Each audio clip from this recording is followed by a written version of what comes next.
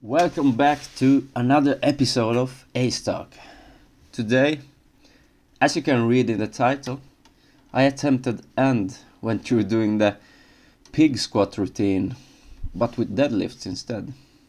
If you guys remember, I did the pig squat challenge a couple of months ago, where I did this challenge of doing 20 sets with the start of doing 20 reps and going down 1 rep per set while I increased the weight itself. I actually thought about doing the squat version again to see if I had progressed in my reps, but then I thought, why not do this within the other compounds? So I decided to try this one with the deadlifts, and will probably try it with bench as well in the near future. But as I said, I wanna try this with the squat version that I already did, because I wanna see if I've improved or if I'm about the same as I was last time.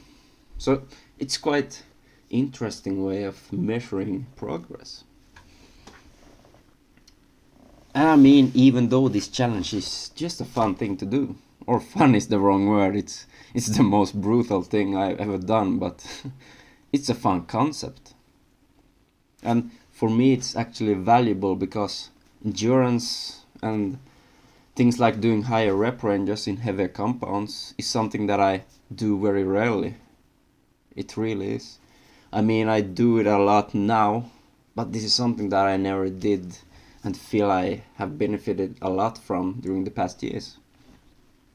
And I mean, also the reason why I did this one now is because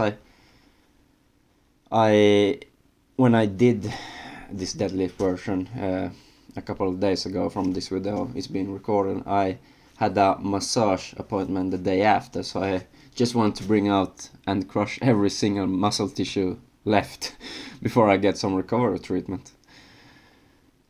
And I mean, I managed to perform the whole routine with the deadlifts, but oh man, this hits different. And a lot of people would say that it's too much intensity and volume. I mean, sure, doing 20 sets of only deadlifts, it's a lot of volume. But the reason why I would beg to differ is that even if it's 20 sets, the first 10 sets, they will still be performed often with intensity, with weights on the bar that's far too easy weights for you, for my case at least. But it fatigues you due to the heavy reps. But yeah, a cool thing to try once in a while, and especially if you wanna try and test your own limits when it comes down to endurance and mental willpower. It really gets you on that trial. Yeah. I mean, this is what I often think too as well, because yeah, it's quite difficult to do 15 reps, even 20 reps of, let's say, squats, but go over that rep range.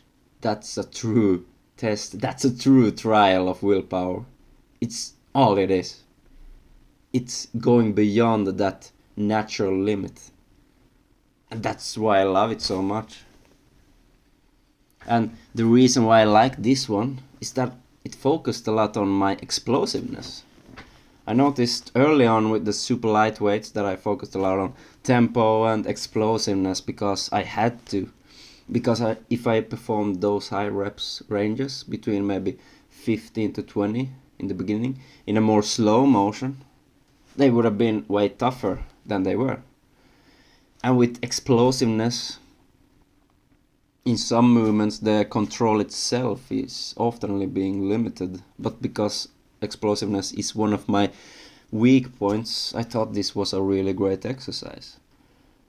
But I mean, because a lot of the sets was performed with way less weights than I used to, it don't benefit me as much. But like I said, this was just a test, just like the squat one.